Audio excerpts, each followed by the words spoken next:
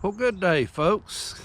It's beautiful Hump Day Wednesday, and we have gorgeous blue skies, not a cloud nowhere to be seen, and just a beautiful day here in Central North Carolina. And hope you are having a great day. Hope your week's off to a great start. And so this is I just love it. It's the only way I can put it. It's been so long since we've had such blue skies as this. Uh, Now our ground is it's just pure mud. That's just the only way I know to describe it. Because I'm here at the big garden. I like coming over here because I have less distractions when I can make these videos, and so this is where I like to do that. And I'm just looking at, I know this is the end of February, and typically in March is when we like to start planting our potatoes, our English peas, our onions. Beets will be another one. And the way it is right now, if the trend continues, that don't look to happen. So, and those things need to go out early.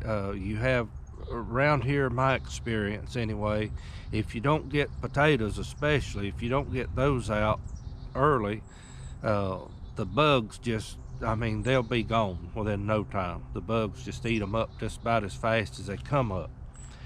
And so anyway, that's where that stands. But our weather forecast long term is showing, let's see, today's Wednesday, and tomorrow it's supposed to start clouding up tomorrow, and then guys, it's supposed to turn off raining again on in through most of next week. So I'm gonna probably be making some changes on our garden, and so I'll try to, hopefully I can do a video to say more about what we're gonna look at doing there. But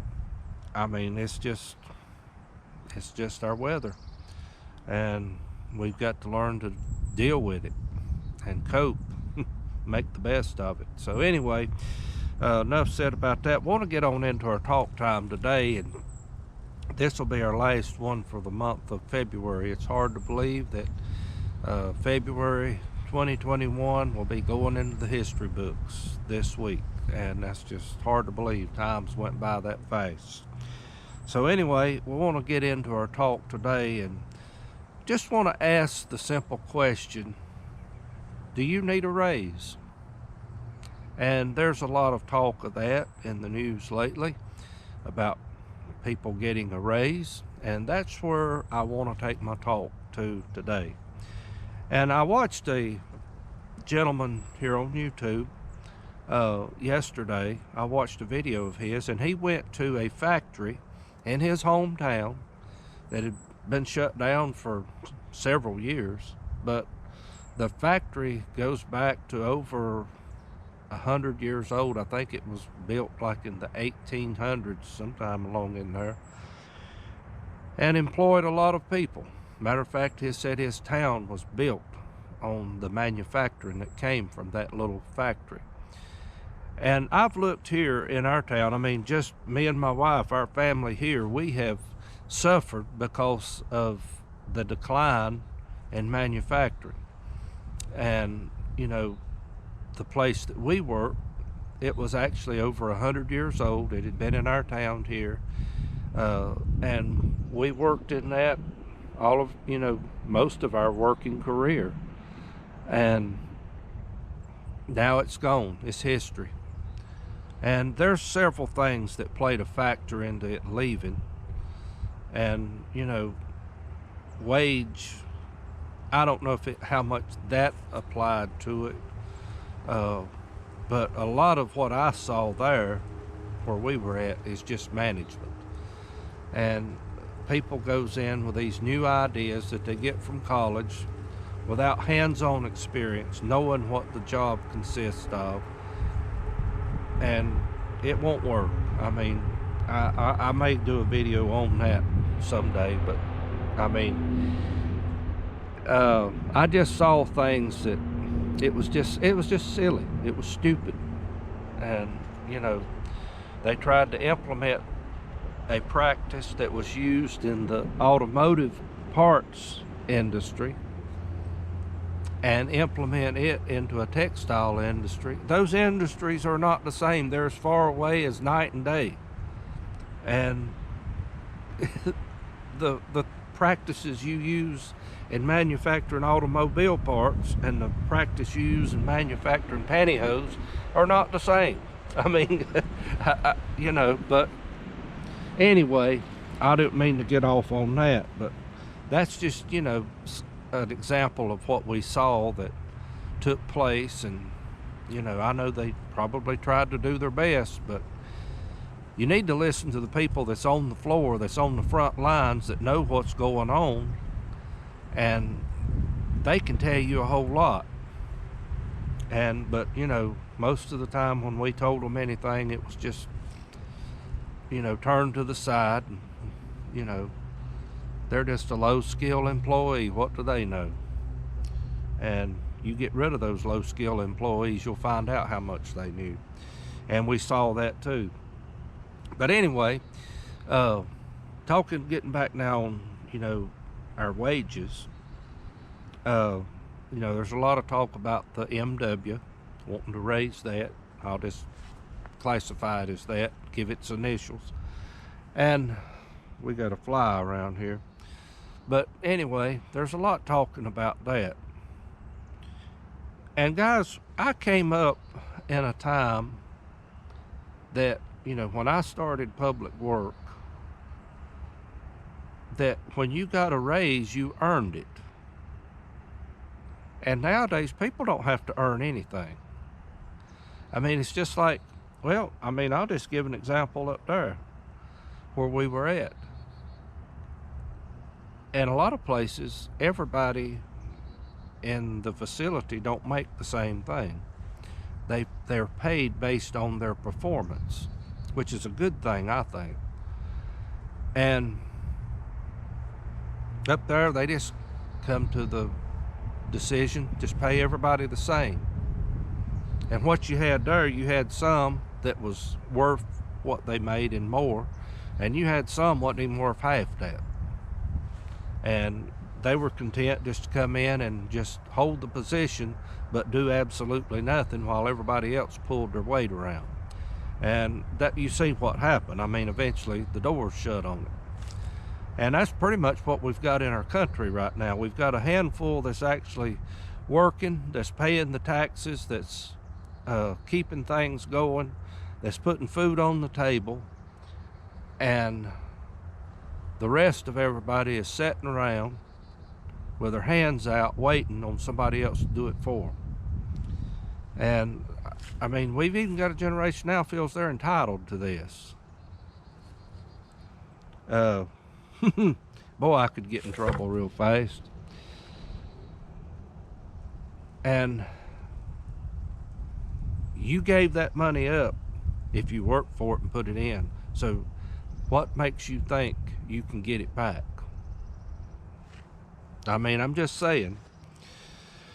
So, but anyway, we're talking about the price increases.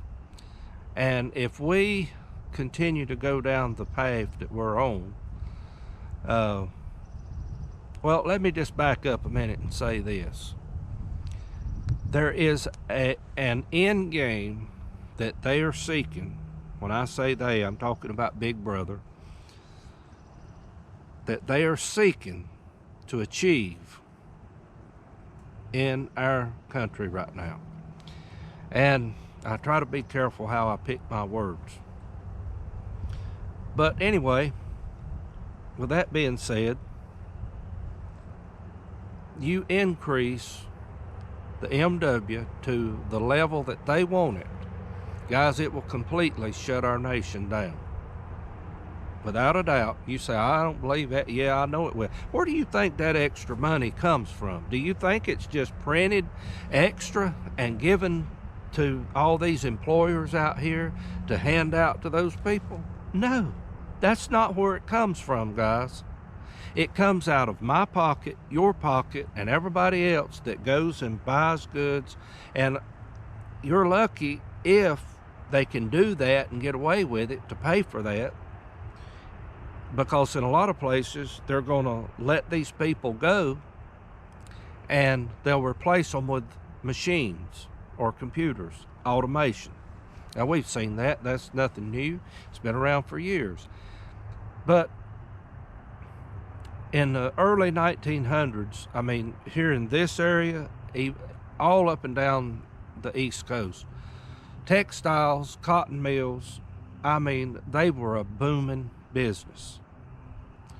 And as far north as Maryland, Delaware, I mean, there's even museums up there now. I can't think of the name of one. I've saw videos of it here on YouTube, but they talk a lot about the old Draper looms. My grandfather run an old Draper loom at Klopman Mills years ago, back in the 60s and 70s, on up, well, I guess till he retired. Of course, I think they got the old air shuttles or whatever it was, the newer type looms. He didn't like those. He said they run too fast. But he run the old Draper loom. That was his favorite loom to run. And that was real common all up and down. But gradually over time, because I've read history on this, that due to the rise in wages up north, drove those cotton mills further south because they could find cheaper wages here to run those mills.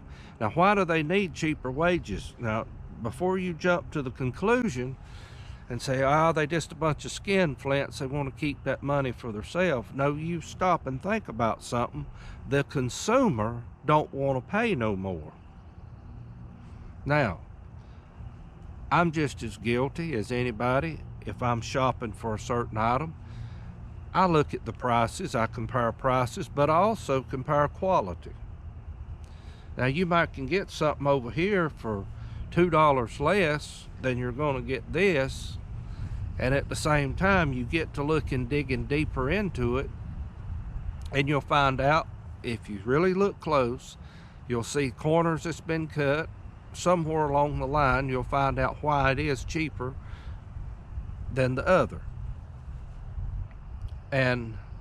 But with that being said, when you go and raise the wage up, you're going to have to charge more for that product to pay for that. People thinks, I don't know what people are smoking today or what's on their minds, but this money don't just fall out of the sky. And the fast food industry, grocery stores, they'll be hit hard with it because they depend on people that are just seeking part-time employment or, low-wage employment. They depend on that because they're young and they're just wanting something to get started in life with. They're not really looking at raising a family. If you raise a family, if you're starting a home and you're raising a family, it's a little bit foolish to try and do that on a low income. Now, don't get me wrong. Please don't take me wrong. I know people have to take whatever they can get. I understand that, guys. I totally understand that. That's not who I'm talking about. But that's not what the purpose of a MW job is. It is a starting point. And now all of a sudden, these people out here that's at the low end of the totem pole, they feel like they're supposed to be the top earners. If you want to make more money, guys, learn you a skill, learn you a trade, learn something that pays more. That's how you learn to make more money. That's the way you do it. I mean, I've got several skills. I've got some trades that I have learned. Some I was taught through the years. But the thing is now, a lot of those are becoming obsolete. And it's just like in the electrical field. Now, there is still some demand for that, but there's not the housing industry going on now that there was. and that's cooled off. That was the whole reason I got out of it to begin with, is because back when I started in it, there was a big slump in the housing market, and you know, I wasn't getting 3 to 4 days a week and barely making ends meet. And so, you know, my wife, she got me on where she worked, and you know, that was the place that I just told about just closed down. And so that was, you know, what led me to being there. But I also learned a trade while I was there. I learned a lot about industrial maintenance. I learned a lot about you know, just general maintenance inside of a factory. And I also learned how to work on a knitting machine. I learned what made one tick. But that part right there, I mean, you know, it's obsolete now. There's none, well, there's still a few around here, but they're not hiring.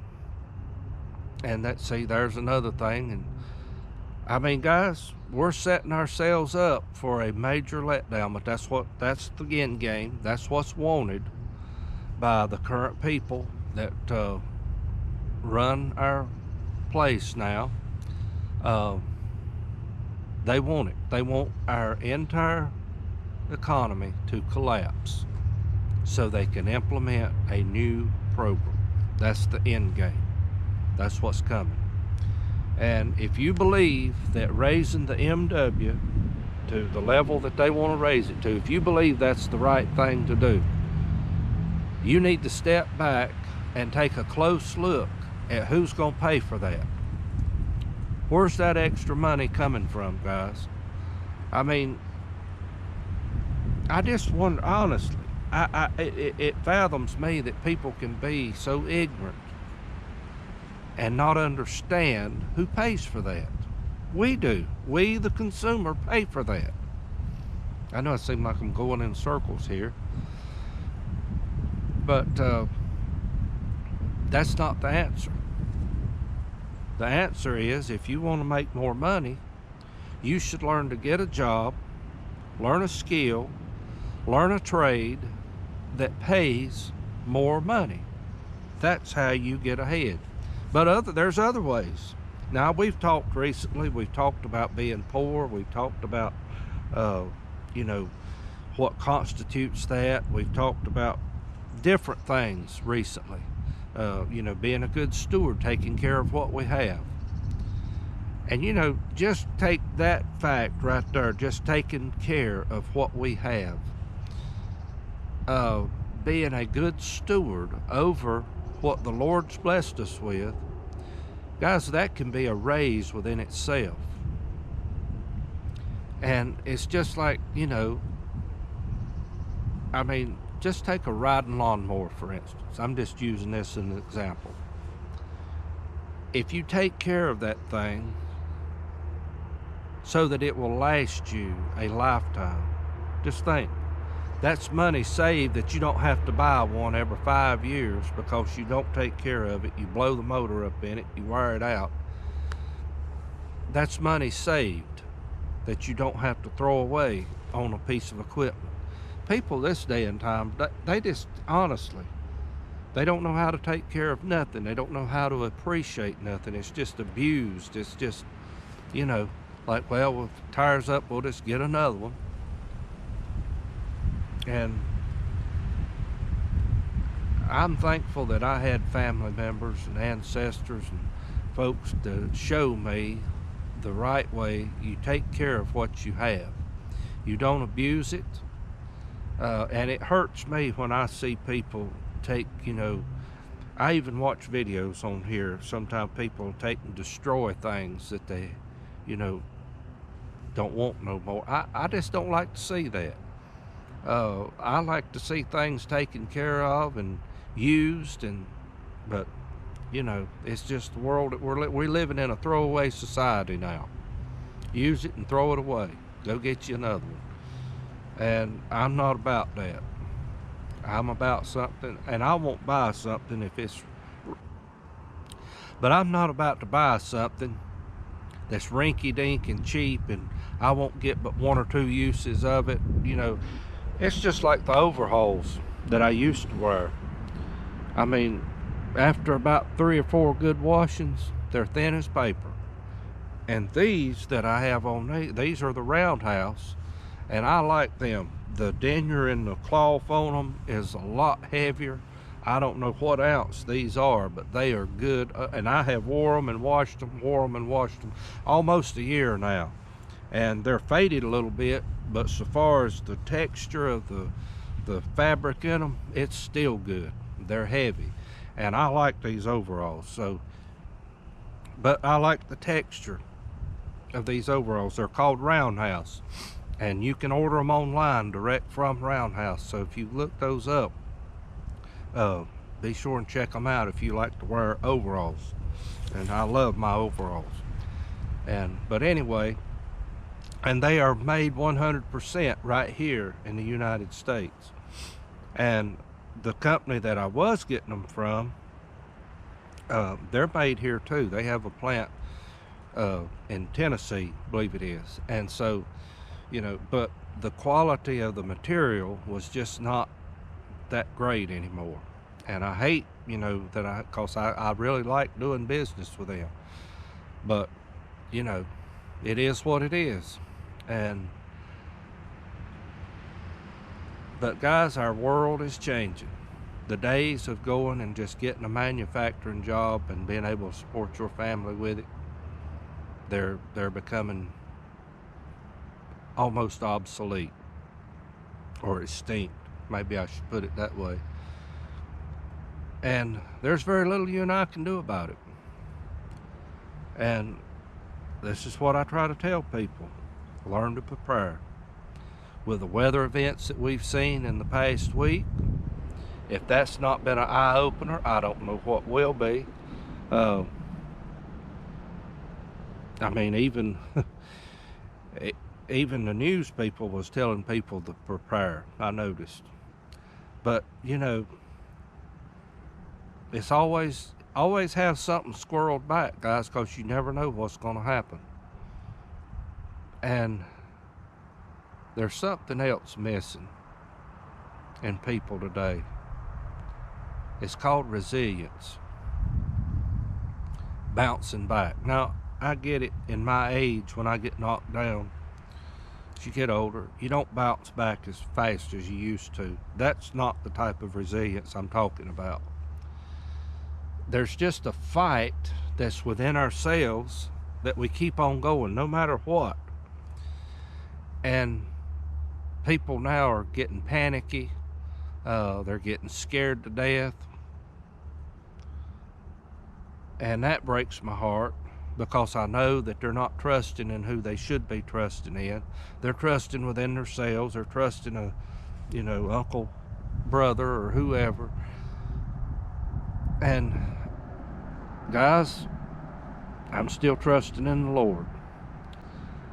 As David said, I once was young. I may not quote this exactly right, but he said, I once was young, now I'm old.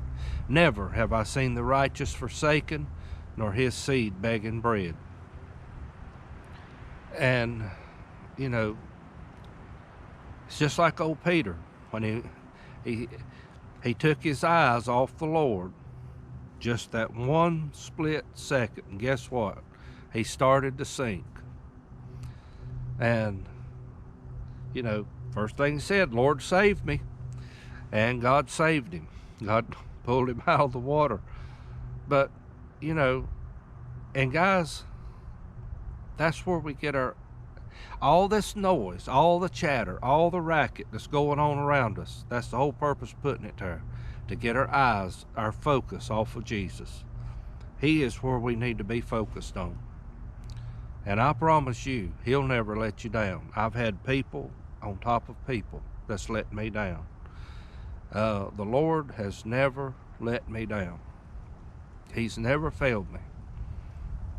And we're going through a tough time. A lot of people right now, their hearts are broken. There's all kinds of strife in their lives right now. And there's things happening.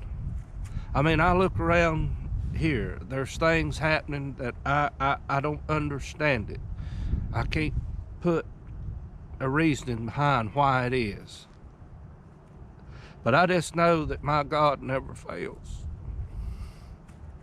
He's never let me down. He's never left me. He's never forsook me. He said, lo, I'll be with you always, even to the end of the world. And I've had people on top of people just, turn, and some never speak no more or whatever. But God's never treated me that way. Man will treat you all kinds of evil ways, but God never has. God's a just God. And he's took me to the whipping post a few times. I'll not deny that. But he has never let me down. He's never forsook me. I've always had clothes to wear. I've always had a meal to eat. And guys, if we've got those things, what more could a man ask for? See, we're living in a generation now, everybody thinks they need to have 2 or 3 Cadillacs and a Rolls Royce and, boats and yachts and 2 or 3 houses, and I could just go on and on and on, and 4-wheelers and all kinds of things. And we feel like if we don't have that, we're deprived. I don't need none of that stuff. None of that stuff has an allure to me anymore. Now, there was a day, yeah, it did. But all it is a headache, guys, if you have it. You got to figure out how you're going to pay for it, for one thing. Then you got to pay insurance on it. Then you got to pay taxes on it. And then then you got to pay maintenance on it. And I could just go on and on and on.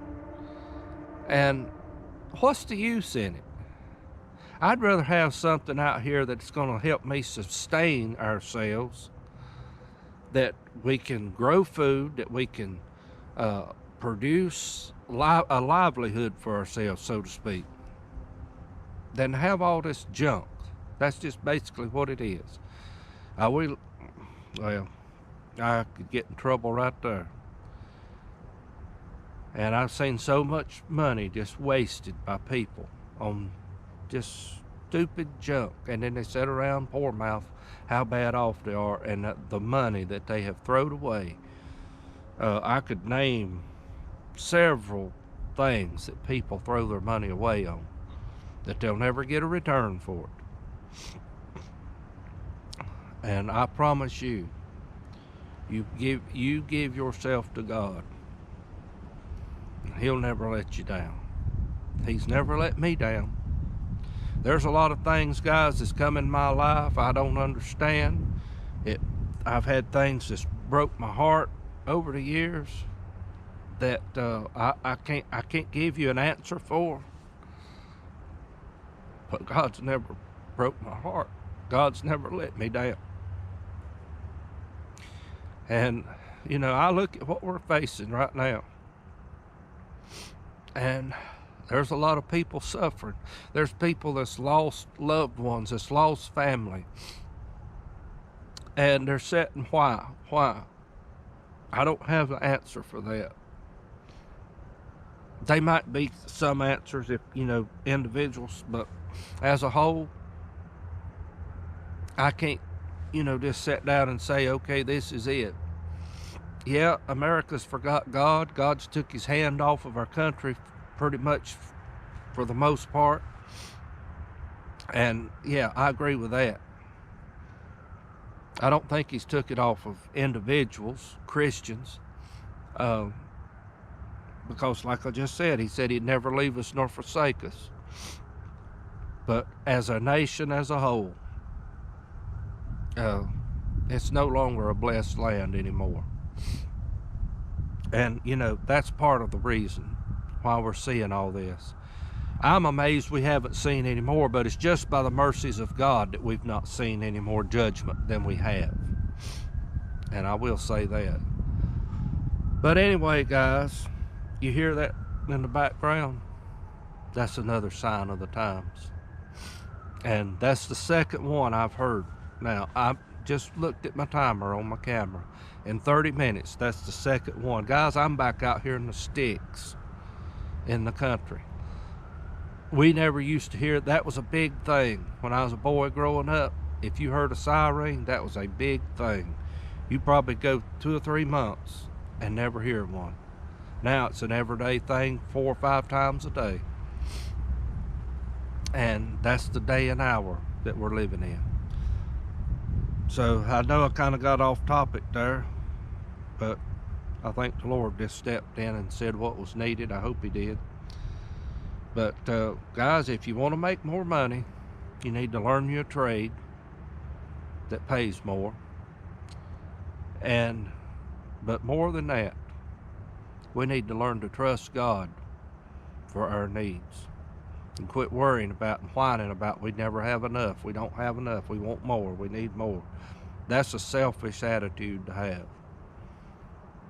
And if you're getting up every day, whether you're going to a job or you're doing something to provide for your household,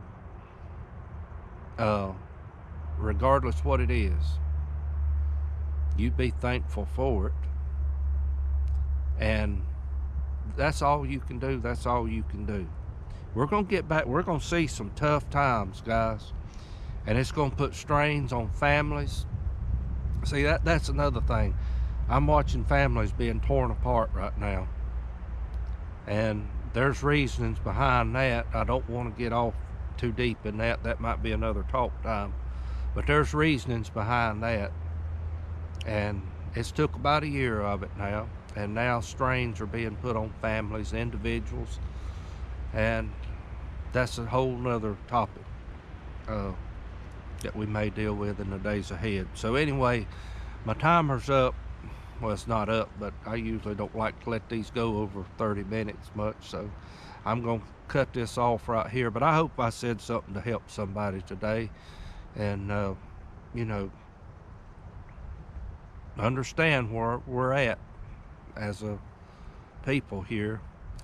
And so, you know, this is what's happening, and some of the things that will happen, I don't know what that was, but some of the things that will happen in the days ahead without God's mercy. So guys, I'm going to get off here today. Y'all have a great week, and pray for us. We'll pray for you, and I appreciate each one of you, and appreciate all your kind comments.